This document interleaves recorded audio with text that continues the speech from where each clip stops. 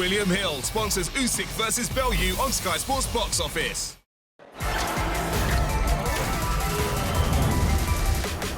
To Manchester, two former champions here who simply can't afford to lose. Scotland's three-weight world king Ricky Burns and former Lonsdale belt holder Scott Cardle. Here it is then, Adam Smith in commentary alongside Paulie Malignaggi, up to MC David Diamante.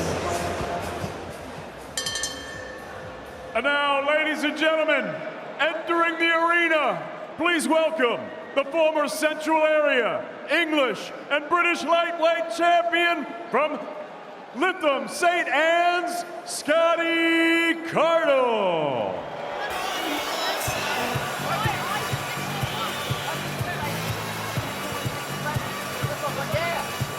Arriving at a real crossroads, the 7-year professional career of former Commonwealth gold medalist Scott Cardle, once a really hot hope, and despite domestic honours, has seen a really rough 18 months, rebuilding now from that fast stoppage loss to Lewis Rickster. Really hard one to take for him. He's been training for Joe Cordina. He switched camps from Joe Gallagher to Matthew Ellis. And when Cordina was out injured, he now enters another test, and it could be even harder with a much bigger name. It's an important night for Cardle to breathe fire back into his boxing life. And like you said, a crossroads battle. You know, he's lost some fights to the lower level, but if he can get an ex-world champion, even if it's an ex-world champion is a bit past his prime, it would be the biggest win on his career ledger and possibly set him up for bigger fights.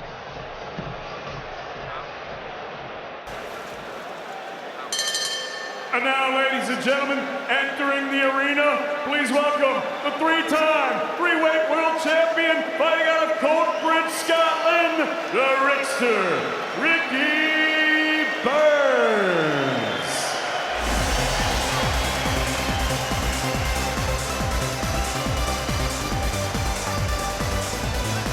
The superb, highly professional, extraordinarily dedicated three-weight world champion.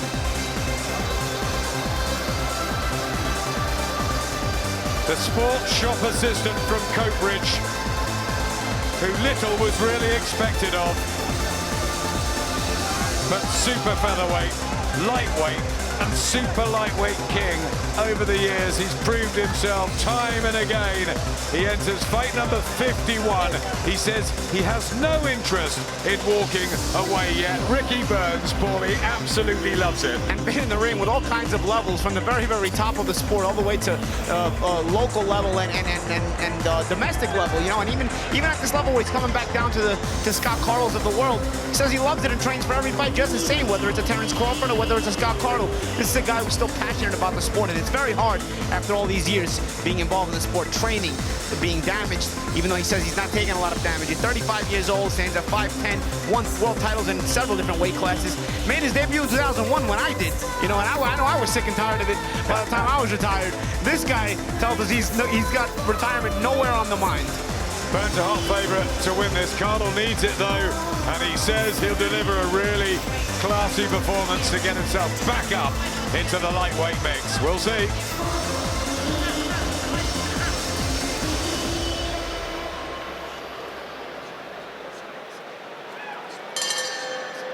Ladies and gentlemen, from the Manchester Arena, we are set to go with a special lightweight featured attraction.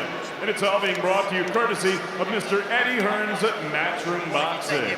Sponsored by William Hill, StubHub, and JD Sports. Your timekeeper is from Burnley. It's Gary Grennan. And at the sound of the bell, your third man in the ring from Liverpool, A-star referee, Mr. Mark Lyson. And now, ladies and gentlemen, 10 rounds of boxing scheduled in the lightweight division. Introducing first, fighting into the red corner, standing with his head trainer, Matthew Ellis. He wears the black with the silver stripe. He weighed in at 9 stone, 10 pounds, 7 ounces. His professional record, 23 victories against 2 defeats. He has 1 bout even and 7 wins coming by way of knockout. He is the former Central Area, English and British lightweight champion from Lytham St. Anne's, Scotty Cardle.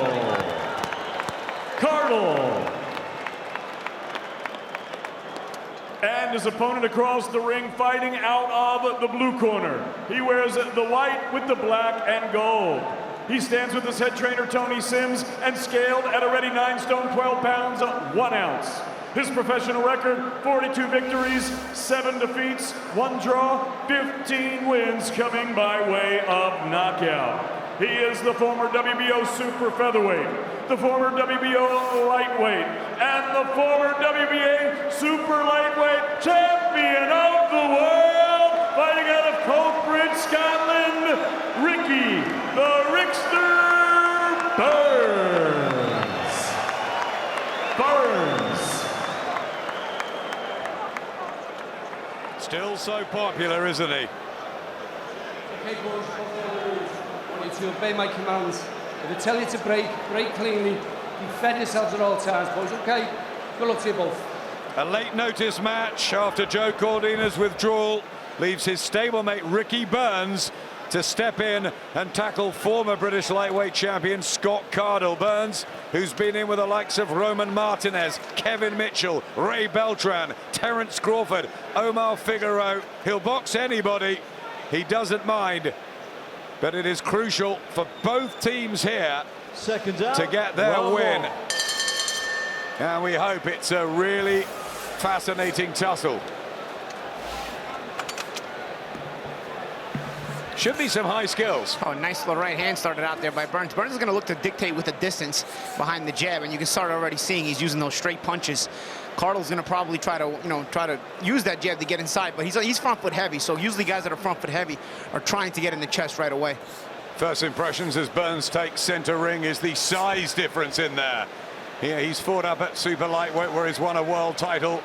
And he weighed in at 9.12 for this one. Cardle 9.10. The match was made at 9.12 over the lightweight limit, but looks like he's got a real size advantage in there as well as bags of experience. So Cardle needs a good start, but he's already got a bloody nose and he cuts up too. And that's the jab of Burns already being effective there.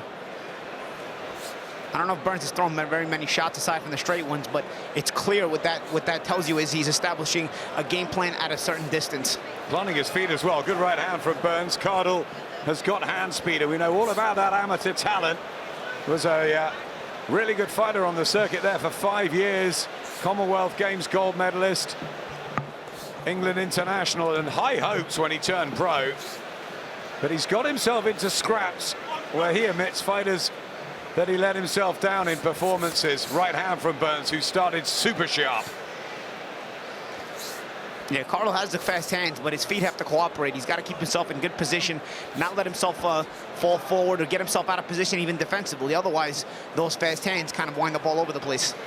He was very angry looking back at that performance against Lewis Ritson. Kamikaze tactics, went for it, hurt Ritson in the first round, but then walked into a siege of shots and got taken out in a couple. So he said he's going to go back to his boxing here.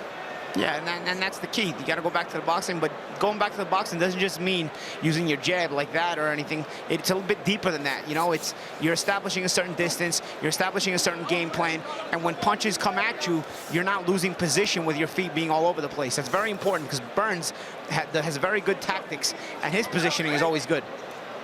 Digs in an uppercut there, Burns, as well, when they got in close to really make Cardle feel that strength. Or should I say good technique. The tactics are up to him, and we'll see how they are, but the tactics seem to be his fighting at a distance. His technique, though, is very good, Burns. Good right hand as well from Burns. And that's not the first time he lands a right hand like that on Cardle this round. Cardle kind of bends down and then jumps backwards straight. And with Burns being the taller guy, he's able to reach him as he shoots back with those straight shots.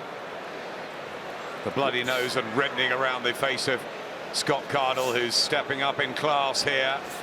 It's a former domestic champion against a former three-weight world king.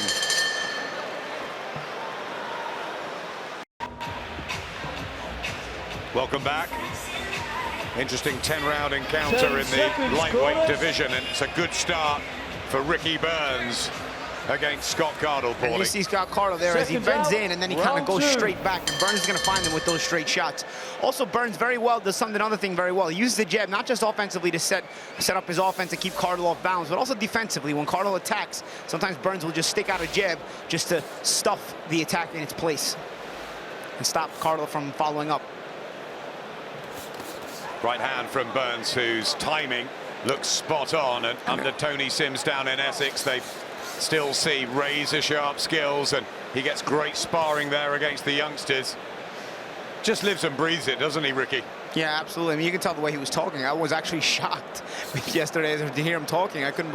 He sounded like the way a young fighter talks. You know, when he's excited about fighting and whatnot. You know, I'll be honest. You know, and even Matthew Macklin was saying yesterday in the fighter meetings. Yeah, when he asked Ricky, you know, a lot of times when you've been at the top, it's harder to get up for these small fights. You know, or these smaller fights. But Ricky's he sounded just as excited as any other fight. Like as if he'd never been to the top. You know, usually you're excited about this level when you've never been to the top yet, and it's on your way to the top. But Ricky coming back down to this level and still excited, and I guess he believes he can reach the top once again. Cardle being manhandled as well in the second round. Oh, good body shot there by Burns. Trapping him on the ropes.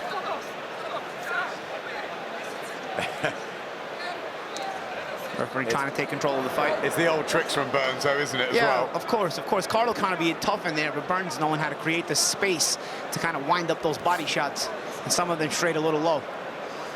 Maybe intentionally, maybe not. Only Ricky knows. That herky-jerky style of Cardle, always been based on reflexes. He looked really good when he was coming up through the ranks. And Cardle sometimes makes the moves too big, you know, and then he's got to keep those moves short so that he can punch off the moves. A lot of times he makes the move so big that he can't punch off the move, and there he'll go down and then he'll come right back up, and Burns is meeting him with shots every time.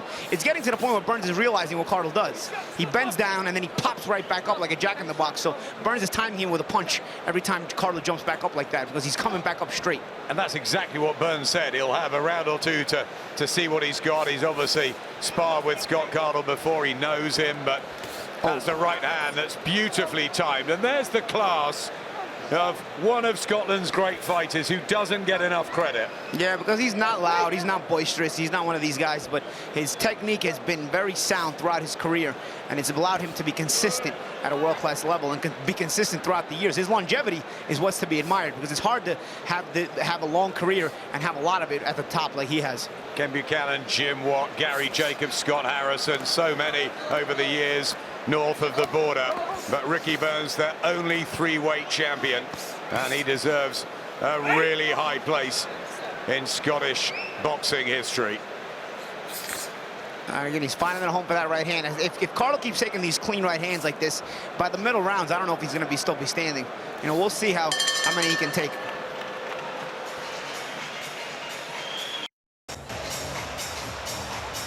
What a great arena it is, the scene of so many massive boxing nights over the last couple of decades. And Ricky Burns has had his fair share of huge ones. And he looks like he's at the peak of his life, really, doesn't he, still? Having a good time in there, you know. And he's keeping it simple, you know, keeping just with the straight shots, and he's kind of setting up Cardle to be in the path of them. Cardle has to, you know, work a little bit harder to try to get inside, but when he gets inside, Burns doing the smart thing and kind of just smothering him, forcing the break on the outside. Cardle's trained long and hard for this, but he was obviously aiming to fight Joe Cordina for the Commonwealth crown, and it's good that they both agreed to this. Two excellent professionals, but another good right hand from Burns, and he's struggling there, Cardle, and he's cut as well by the left eye. Yeah, that was a big right hand there by Burns, and Cardle kind of walked into it and then opened up the cut. And that has plagued him through a career that goes back to 2012. 23 wins for Scott Cardle, but eye trouble, and also only 7 knockouts on the slate. How is he going to keep Burns off him here? Yeah, you know, he seems a bit confused, still searching for answers, and he doesn't seem to have them, and I don't know that he's gonna figure it out, really. You know, he hasn't made any adjustments, kind of leaping in with that jab like he has since the first round, and then not figuring out how to follow it up because his balance is not great when he jumps in with it. Burns has always had a razor-like jab, very solid and strong, and he reads the ring so well, doesn't he? Yeah, absolutely. He has a very good sense of distance and knowing what he wants to do and not what he doesn't want to do, and a very good sense of who he is and who he is not, which I think is very important. Not enough fighters have that understanding. You have to, if you're a puncher, you can fight like a puncher. If you're not a puncher, you can't fight like a puncher. Burns understands what he is, and he makes his tactics and his technique work for him. More importantly, Burns understands what he's not. Oh, lovely shot. Cardle's gone. And that's what in the third round. That's straight right. And that was a heavy fall. He's going to try to get to his feet, but he might not be able to make it here. Scott Cardle, there's plenty of time in the round, and the referee makes the right decision. Mark Lyson, enough for Scott Cardle. Ricky Burns proves why he's a three-weight world champion. And also what a classy guy he is. He didn't even celebrate. He went right to Scott Cardle, gave him a hug. What a class champion this is. Cardle getting back to his stool. Matthew Ellis and the team just tending to him. Great guy, Scott Cardle. You know, hard that because they're good mates. They know each other and they've got a lot of respect. But Ricky Burns went out to prove he's still got plenty. It's a business, and it's about levels. And he handled it, and he showed that he is definitely above this level. And as I said earlier in the fight, Cardle was just taking too many of those straight right hands, and I noticed Burns was getting great extension on those right hands, which means there's a lot of weight behind them. And I just figured if he keeps taking these clean shots like that, he's not going to be standing long. And I had mentioned it, I think, the last round. He actually ended up finishing the fight a lot sooner than I thought. I figured Cardle will get to the middle rounds before getting stopped by a right hand, the way these right hands were landing. But there it is, the same straight right hand. Cardle never figured out the answer to that right hand from Burns all fight in these 2.5, 3 rounds that they fought. And eventually, you get hit with enough shots like that, even if Burns is not the monstrous puncher, you get hit cleanly like that, you're going to get it. That was Ricky Burns' quickest win since 2011 when he took out Nicky Cook in a round defending his world super featherweight title. And he's getting old, and he's had over 50 fights. Well, you know what? So tonight was an example that Burns may be the older guy, but he was still the fresher guy. To me, it looked like Scott Cardle's legs weren't really great. Burns still seems fresh. And again, it goes to show you how much technique and good tactics will carry you in your career. Burns has never been the most spectacular-looking fighter, but he's been a very, very consistent fighter, and that's kept him at a world-class level for a long time. And I think with a win like this, not because it's a Scott Cardle, but the way he got this win tonight, I think makes a good statement. It makes a statement that he's ready for another high-level fight. Such a tough one for Scott Cardle to come to terms with. It's been a really difficult 18 months for him. But for Ricky Burns, the amazing storybook goes on. Could there be another world title fight in him? On that performance, why not? It's all about the ball. It's all about the matchups.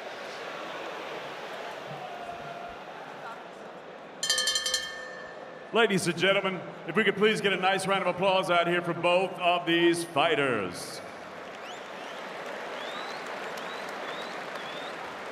Referee Mark Lyson calls a halt to this contest. The official time of the stoppage, 2 minutes and 6 seconds of round number 3. Your winner by RSC from Coatbridge, Scotland, Ricky the Rickster Burns.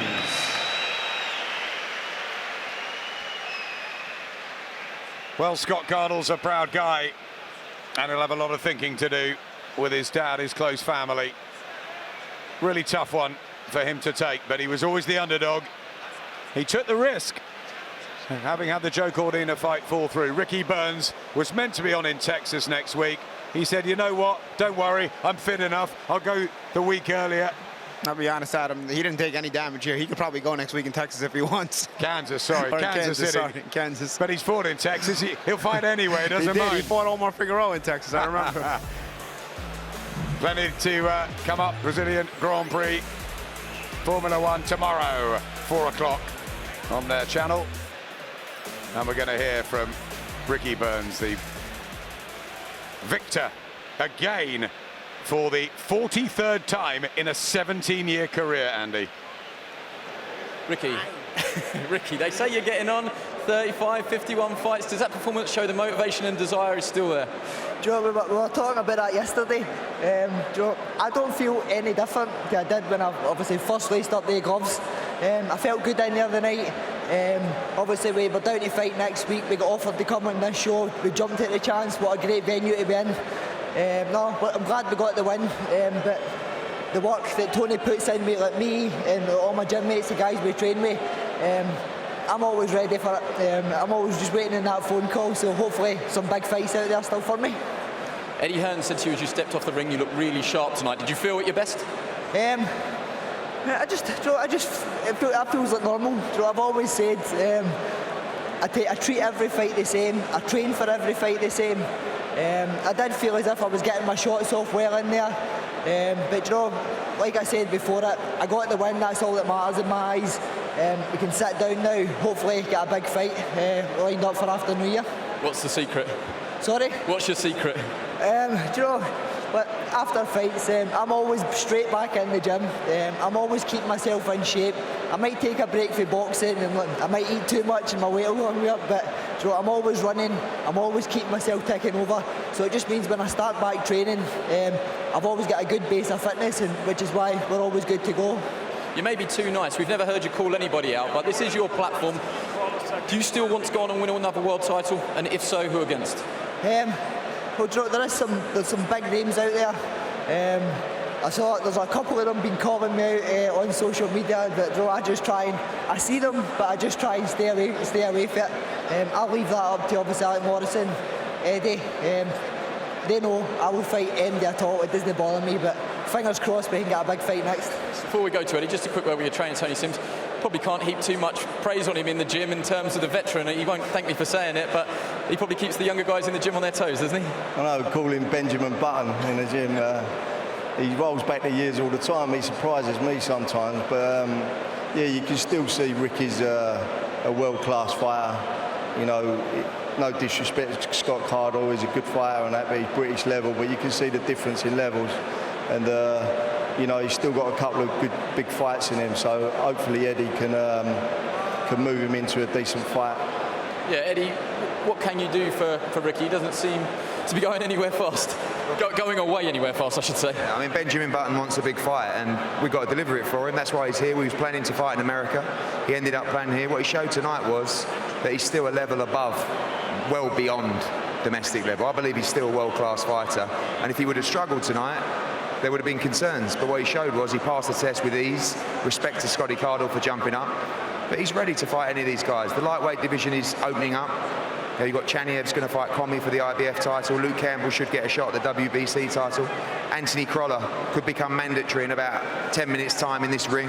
It's still a vibrant division, and he's ready to fight anyone. I'd love to get him a big fight in America, but what he showed tonight is he still has freshness, he still has class, he still has ability, and he's a level above those guys, and I think he's ready for a big fight, and I think he can still operate at that level. Ricky, congratulations, well done. Or Benjamin Button, I should say. Benjamin Button, congratulations, well done. Yep, it was a much-needed and well-deserved win for Benjamin Button, or Ricky Burns, as we should say, showing he is still a man to be reckoned with. Just before